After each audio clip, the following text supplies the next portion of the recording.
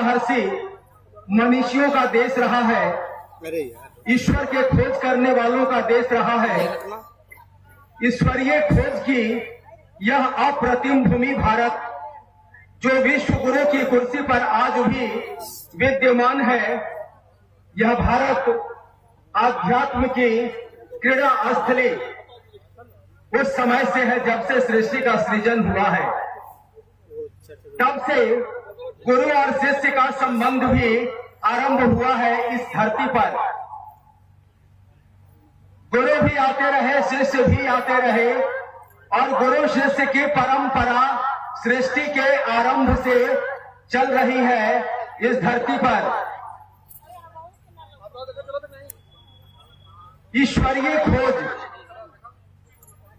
हमेशा चलता रहा है, क्योंकि यह पूरी सृष्टि ईश्वर के द्वारा ही बनाया हुआ है। हम आप सभी ईश्वर के बनाए हुए ही पुतले हैं। हम आप में सब में सांसों के माध्यम से जो आ रहे हैं और जा रहे हैं वो शिव ही है, परमात्मा है, और उनकी खोज भी होती रही है। किस दिशा में खोज हुई है, किस दिशा में हमको आपको गुरु की जरूरत पड़ी है, ये गुरु कौन है, ये शिष्य कौन है। हम आप मनुष्य की आकृति में हैं। ये मनुष्य 3 तल पे जीता है, आत्मा, मन और शरीर, देह, यही ना हम आप हैं। जो बार बार हम कहते हैं ये सारा चीज मन से जुड़ा हुआ है, और ये दोनों के बीच कौन है, मन, हमारा आपका मन। मन से ही संचालित है यह देह। यदि यह मन बिल्कुल सांसारिक बयान में, संसार के चिंतन में गुजरता है, तब यह जो है तो अनेकानेक अज्ञानता में, अंधकार में कष्टों का सामना करता रहता है। लेकिन यही मन जब आत्मा के संबंध में चिंतन आरंभ करता है, अपने आत्म जागरण के लिए प्रयासरत होता है, तो यह मन ऊर्ध्वगामी होता है। यह मन अब शिष्य होने की स्थिति में जाने के लिए तैयार होने लगता है। शिष्य होना कुछ भी यहाँ नहीं है, आत्मा के तल पर जानने की जिज्ञासा को रखने वाले को शिष्य कहते हैं, क्योंकि हमारा आपका मूल तल जो है वह आत्म तल है। यह सभा किस बात के लिए है, यह क्या है, लिखा गया है एक पूर्णतः आध्यात्मिक आयोजन, यानी आत्मा के तल का, विज्ञान का विश्लेषण जहां होगा, उसी सभा को कहते हैं आध्यात्मिक सभा। और आध्यात्मिक सभा में एक गुरु होते हैं और दूसरा शिष्य होता है। शिष्य उसे कहते हैं जो दुखों से मुक्त होना चाहता है, और गुरु उसको कहते हैं जो इससे मुक्ति प्रदान करने के लिए ईश्वरीय मार्ग से जीवात्मा को जोड़ने का काम करता है। और यह काम तब से आरंभ है भारत की धरती पर, जब से ये सृष्टि है। गुरु का भी आगमन होता रहा निरंतरता में। गुरु आते रहे किस बात के लिए, जीवन में ईश्वर की खोज को पूरी करने के लिए, क्योंकि जब जीवात्मा ईश्वर की तलाश में नहीं जाने के लिए प्रयासरत होगा, तब तक इसका जीवन सफल नहीं हो सकता। बीच बीच में हम ड्रोन ऐड कर दे रहे हैं। इसके जीवन की समस्याओं का समाधान नहीं हो सकता, और इसके आत्मतल पर जो एक धूल की परत सी पड़ गई है, यह है तो शिव ही। हम आप कौन हैं? हम आप सभी शिव की संतान हैं। हम में आप में कौन बसता है? ये शिव बसते हैं। ये शिव जो बसते हैं, जो हम सुनते हैं और कहते हैं, इस शिव को हम आत्मा के तल पर अनुभूत कर सके, इसके लिए गुरु के शरण में जाना पड़ता है। और इसी के लिए पहले भी लोगों ने गुरु के शरण में जाने का काम किया। आज चंदौली जिला में जहां यह कार्यक्रम आयोजित हो रहा है, यह चंदौली बाबा कीना की जन्मस्थली है, याद रखिएगा। ये बाबा कीना कौन है? बनारस में जिनकी समाधि स्थल है। ये बाबा कीना आत्मा के तल पर जगे हुए लोग हैं। रत्ती भर भी अंतर आप में और उनमें नहीं है। अंतर सिर्फ इतना है कि वो आत्मा के तल पर जग गए हैं, हम आप आत्मा के तल पे जग रहे हैं। ये आत्मा के तल पर जगने वालों की भीड़ है। और ये काम कौन करते हैं? ये काम गुरु करते हैं। और इसीलिए गुरु की आवश्यकता होती रही है हर कालखंड में। और जैसे ही जागरण आत्मा के तल पे जिन लोगों ने पाया, उन लोगों ने स्वयं को गुरु घोषित किया यहाँ धरती पर। और गुरु शिष्य परंपरा चली और उन गुरुओं ने सामान्य जीवात्मा को परमात्मा से जोड़ा। चाहे बाबा कीना हो, कैलाश स्वामी हो, मत्स्येंद्रनाथ हो, गोरखनाथ हो, रामकृष्ण परमहंस हो, बहुत सारे लोग जो आत्मतल पे जागरण महसूस किए और स्वयं को उन्होंने अब गुरु घोषित किया और कुछ लोगों का उद्धार भी किया उद्धार। कुछ लोग ऐसे आए जिनको धरती ने कहा कि ये सदगुरु हैं। सदगुरु और गुरु में अंतर है। ये दोनों का काम एक ही है, जीव को शिव बनाना। गुरु का भी काम है जीव को शिव बनाना, और सदगुरु का काम है जीव को शिव बनाना। सदा हमको आपका स्मरण रहे, ये गुरु और सदगुरु शरीर में आते रहे और जीव को शिव बनाते रहे। क्योंकि जब भी हमारे आपके जैसे जीवात्मा शिव के चिंतन में, ईश्वर के चिंतन में नहीं जाएगा, तो इस जीवन का कोई वैल्यू नहीं है। यह जीवन दुख में, यह जीवन झमेला में, यह जीवन कलह में गुजरता चला जाएगा। और इस कलह से दूर करने के लिए गुरु और सदगुरु आते रहे। और इन गुरुओं और सदगुरुओं ने शिष्य में परमात्मा का आवेश जगाने के लिए शर्त रखा, वर्जना रखा। कुछ लोगों ने, कुछ शरीरधारी गुरुओं ने, सदगुरुओं ने कहा कि तुमको प्याज लहसुन खाना होगा। कुछ लोगों ने कहा कि तुमको प्याज लहसुन नहीं खाना होगा। आए हैं बड़े से बड़े नामचीन गुरु, आए न रामकृष्ण परमहंस, जिन्होंने अपने शिष्य विवेकानंद को कहा कि नरेंद्र तुम्हें के बीए करते होवे ना, नरेंद्र तुम्हें शादी नहीं करनी होगी।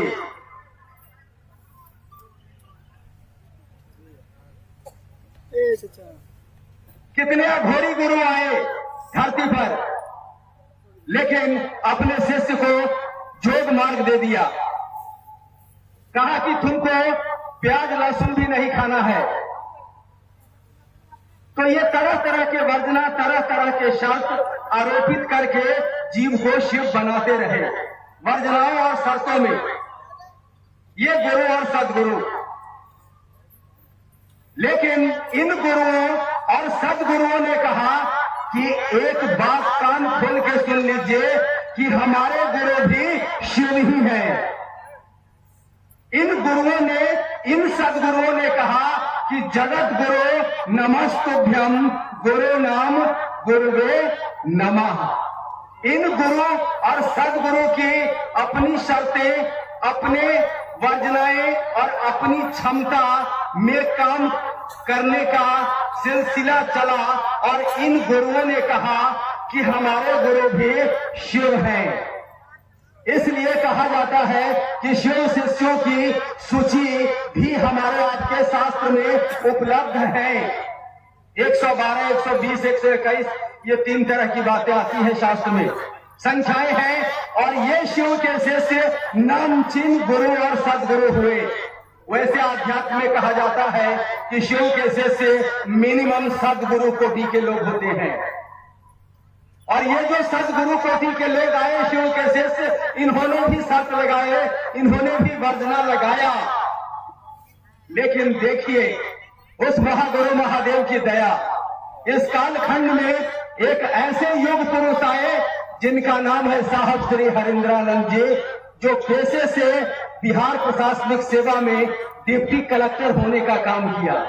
जैसा कि हमको आपको मालूम है, जिनका जन्म 31 अक्टूबर 1948 को बिहार के सिवान जिले के अमलोरी ग्राम में हुआ, जिनके पिता का नाम डॉक्टर विश्वनाथ प्रसाद सिन्हा, माता का नाम राधा देवी, जिनका बचपन पढ़ाई लिखाई से गुजरता चला, जिनके पिता शिक्षा विभाग के आला अधिकारी हुआ करते थे, लास्ट में अंत में वो शिक्षा विभाग के डायरेक्टर होकर रिटायर किए। ऐसे घर में एक बालक का आगमन होता है हरिंद्रानंद साहब का, बचपन से जिनके अंदर यह प्यास है चमत्कार सीखने की, जिनके अंदर यह प्यास है अलौकिक शक्ति को जानने की। ये कौन है जो हमें लाता है, रखता है और फिर ले जाता है? ये कौन है, इसकी तलाश है इनके मन में। और तरह तरह के गुरुओं को ये तलाशते गए, तरह तरह के गुरु के पास जाते गए, लेकिन इनको कहीं कुछ नहीं मिला। और 1974 में कभी मसान इनका जीवन में गुजरा तो कभी कब्रिस्तान इनके जीवन में गुजरता रहा। स्कूल और कॉलेज के साथ मसान और कब्रिस्तान की यात्रा भी, इस तलाश में कि कुछ तो है अलौकिक जगत, कोई तो है जो एक फूल खिलाता है, मुरझाता है। इन जिज्ञासों से भरा हुआ एक बालक का मन धीरे धीरे जवान हुआ और उस युवा मन में 1974 में मसान में एक ख्याल आ गया, एक विचार आ गया कि गुरु भगवान होते हैं, क्योंकि इनको 15-16 साल में कुछ नहीं मिला, ठगी के अलावा इनके साथ कुछ हुआ नहीं था। हताश निराश मन ने 1974 में इस तर्क पर कि गुरु भगवान होते हैं तो भगवान गुरु क्यों नहीं, और इन्होंने भगवान को गुरु बना लिया। और भगवान की छवि जो इनके हृदय इनके मन में थी वो शिव की थी। साहब श्री हरिंद्रानंद जी ने भगवान समझ के शिव को अपना गुरु बना लिया शिव को, और यह विचार अपने अंदर आने जाने दिया।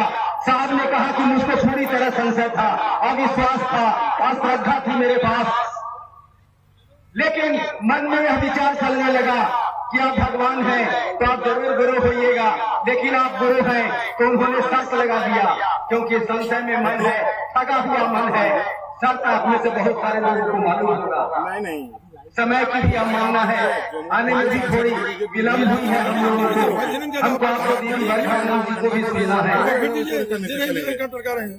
तो एक साहब ऐसे आए, एक जगत गणेश्वर का शिष्य इस धराधाम पे ऐसा आया जिनका नाम है साहब श्री हरिंद्रानंद जी, और उन्होंने कहा कि एक एक व्यक्ति को हक है शिव को, घर घर के बाबा महादेव को अपना गुरु बनाने का। कोई भी हो, वो मनुष्य की आकृति में हो, उसको हक है। कोई वर्जना नहीं, कोई शर्त नहीं। अब हिंदू है कि मुसलमान है, सिख है कि ईसाई है, कोई अंतर नहीं पड़ता। आप शिव को अपना गुरु बना सकते हैं। आवश्यकता है महत्व विचार लेने की कि हे शिव, आप मेरे गुरु हैं, मैं आपका शिष्य हूं, मुझ शिष्य पर दया कर दीजिए। यह विचार एक दिन आपके अंदर यह संबंध स्थापित कर देगा कि शिव वास्तव में मेरे गुरु हैं। यह विचार, क्योंकि विचार की आवृत्ति धीरे धीरे हमारे मन में, हृदय में भाव का रूप ले लेती है। यह विचार की आवृत्ति याद रखिएगा, कोई भी रिश्ते नाते हमारे मन से होते हैं। गुरु शिव से भी रिश्ते हमारे मन से ही होते हैं, मन से ही हुए हैं। और यदि मन से हमारे आपके रिश्ते न होते तो हम आप आज यहाँ इकट्ठे बैठे न होते। हम आप शिव गुरु की महफिल में आए हैं, साहब ने यह दान हमको आपको दिया है, जो आज तक के किसी शिव के शिष्य ने हमको आपको यह चीज नहीं दिया। हमारे आपके लिए शिव गुरु का दरवाजा नहीं खुला। वहां वर्जना, वहां शर्त, यहाँ वर्जना और शर्त से बाहर है। हम ऋणी सदा है, हम एहसान मंद है साहब के और रहेंगे। और सदगुरु, जगत गुरु, गुरु जानते हैं सच्चाई तो ये है कि साहब ने जो शिव को गुरु के रूप में हमको आपको दिया है ना, हमारे आपके गुरु जगत गुरु शिव हमारे जीवन में, आपके जीवन में गुरु के तल से आरंभ होके जगत गुरु तक की भूमिका निभा रहे हैं। साहब ने लिखा ना शिष्यानुभूति में कि गुरु को शिष्य के अविकसित मानसिक तल पर उतरकर उसमें ज्ञान उतारना पड़ता है। गुरु ने भिन्न भिन्न क्रियाओं से यह चीज अपने शिष्यों में पैदा किया, क्रियाएं दी। सदगुरु ने दया करके इस काम को कर दिया। साहब ने कहा कि जगत गुरु तो दया का अथाह सागर है, अथाह सागर है। दया की अतल गहराई में उनकी अभावावस्था है, अतल गहराई है दया का। वहां क्या दया की बात, कुछ भी संभव है वहां। उस गुरु का पता हमको आपको साहब श्री हरेंद्रानंद जी ने दिया। जगत गुरु के शिष्य नित्य शिष्य होते हैं, सदगुरु के शिष्य दया सिद्ध होते हैं। गुरु के शिष्य आध्यात्मिक जो क्रिया सिद्ध गुरु हैं, उनके शिष्य क्रिया सिद्ध होते हैं जो क्रियाएं देते हैं। यही तो गुरु सदगुरु और जगत गुरु है। आज हमको आपको जगत गुरु का आसरा है। यह कोई व्यक्ति गुरु नहीं है, यह शिव गुरु है, शिव स्वयं गुरु है। इसलिए साहब ने लिखा कि मार्ग है शिव शिष्यता का और मंजिल है भगवान शिव स्वयं। हम आप सभी जगत गुरु के आश्रय में हैं। जगत गुरु से फल प्रतिफल हम आप दया मांग रहे हैं और लोगों को प्रेरित कर रहे हैं। यह अद्भुत घटना है। दूसरे सूत्र में हम आप गुरु चर्चा करते हैं। गुरु देख लीजिए, स्थान काल पात्र के मुताबिक विधा देते हैं। हम आप कब के मास्टर हैं। देखिए हमारे आपके गुरु ने कब करने का आदेश दे दिया 1986 में साहब श्री हरेंद्रानंद जी के माध्यम से। गुरु ने कहा ना 1986 में, साहब ने 1982 से गुरु चर्चा शुरू कर दी। साहब ने कहा कि मुझको कैंसर की दवा मिली है, क्या मैं इस दवा को बांटूंगा नहीं। साहब को 74 से 82 8 साल के बीच में यह पूरी तरह से विज्ञ हो गया, अनुभूत हो गया आत्मा के तल पर कि शिव अनुपम गुरु है, अद्वितीय गुरु है और इनको अपना गुरु बनाने के लिए कुछ भी करने की जरूरत नहीं है। महज विचार को अपने अंदर ठहरा देने की जरूरत है। जैसे जगत के नाते रिश्ते के विचार को हम ठहराव देते हैं अपने दिल में, अपने हृदय में, उसी तरह इस विचार को महज ठहराव देना है कि हे शिव आप मेरे गुरु हैं, मैं आपका शिष्य हूं, शेष काम हो जाएगा, मुझ पर दया कर दीजिए। साहब ने कहा इससे काम हो जाएगा और उन्होंने 1982 से कहना शुरू किया और 1986 में गुरु ने कहा कि तुम जो करते हो वो दूसरों को करने को कहो। और वहीं से गुरु चर्चा का यह सिलसिला चला जिसके हम आप हिस्सा हैं। आज हमारे आप सभी के पास अनुभूतियों का अंबार है। कौन ऐसा जीवन है जिस जीवन में अनुभूति नहीं है? सबके जीवन में अनुभूतियां हैं। यानी जगत गुरु शिव हमारे आपके तल पर गुरु का कार्य कर रहे हैं। आज जबात सिद्धि नहीं होगी। आज का आदमी गप का मास्टर है, इसलिए गुरु ने गप का विधा दिया, कहा जाओ दूसरों के बीच शिव गुरु की चर्चा करो, चर्चा करो। नमः शिवाय से हम आप प्रणाम करते हैं। कहिएगा कि भाई साहब आपने कहा क्रिया की बात किया, यहां भी तो क्रिया है। हाँ है क्रिया, लेकिन ये क्रिया हमारे आपके बस में, हमसे आपसे होने वाला न है। गुरु की दया निरंतरता में चल रही है, जगत गुरु की दया चल रही है। वरना आदमी को आज के इस झंझावात में, इस झमेला में, इस भाग दौड़ में, इस कलह में याद रहेगा कि मेरे गुरु महादेव हैं। आपको हालात फुर्सत देंगे कि आप गुरु चर्चा में जाएंगे, लेकिन हम आप जाते हैं, गुरु को प्रणाम करते हैं 108 बार नमः शिवाय के माध्यम से। मन करता है ये क्या है, हमारी आपकी पात्रता है क्या? दया है ना? क्रिया के साथ कहा कि तुम करोगे तब पाओगे, इतना टाइम नहीं है, तुम इसको शुरू करो। दया का फ्लो ऑन है, सीधे दया का फ्लो ऑन है। यहाँ कृपा सिद्ध, दया सिद्ध, नित्य सिद्ध की बात नहीं चलेगी। यहाँ चलेगी सीधे दया फ्लो का फ्लो जो है तो लगातार है। आप दया के प्रवाह में आ जाइए। एक समय आपके जीवन में आएगा, शिव शिष्यों के जीवन में आया है, आ रहा है और आता रहेगा कि ये नित्य सिद्ध होंगे, क्योंकि जगत गुरु शिव का स्मरण करना है ना। जगत गुरु शिव के ध्यान में जो अवस्थित है, क्या बात करते हैं आप, वे ही नित्य सिद्ध है। और जगत गुरु शिव जब आए हैं गुरु बन के, जन जन का गुरु बनने आए हैं। ये जयघोष है एक शिव के शिष्य का, और जयघोष ही नहीं, ये जिद है एक एक मानव के अभ्युदय का, इस महामानव का। और लिख दिया है यह अपने गुरु के नाम, पाया खत जो दिया है हमको आपको, कि संसार का एक एक व्यक्ति यदि यह विचार लेता है कि हे शिव आप मेरे गुरु हैं, मैं आपका शिष्य हूं, तो विश्व के एक एक व्यक्ति के अभ्युदय का भार जगत गुरु शिव को लेना ही पड़ेगा। यानी जगत गुरु शिव को सीधे गुरु बनना पड़ेगा। गुरु सदगुरु सभी ने कहा कि मेरे गुरु शिव हैं। इस कालखंड में आए महामानव साहब श्री हरिंद्रानंद जी, उन्होंने कहा कि मेरे गुरु शिव हैं, सदगुरु कोटि के लोग हैं। साहब ने कहा ना कि जाइए, मैं जो कहता हूं करिए ना, महादेव दे या ना दे, हरिंद्रानंद जी है ना, वो आपको दे देंगे, दे देंगे आपको। उन्होंने कहा कि याद रखिएगा मैं शरीर छोड़ सकता हूं, शरीर आप भी छोड़िएगा, लेकिन आपके बीच से कभी नहीं जाऊंगा, क्योंकि मेरा संकल्प है एक एक व्यक्ति को यथार्थ में शिव का शिष्य बनाना। और भारत का अध्यात्म धर्म ग्रंथ भी कहता है कि साधु कभी मरते नहीं, साधु कभी मरते नहीं। वो साहब हमारे आपके बीच है, निरंतरता में हमारे आपके साथ रह रहे हैं, तभी ना हम आप यहां बैठे हैं। वो ना आते तो हम आप क्यों आते यहां। आज ऊपन की टोली आई है इस चंदौली इस आयोजन में, साहब दीदी के साथ आई है।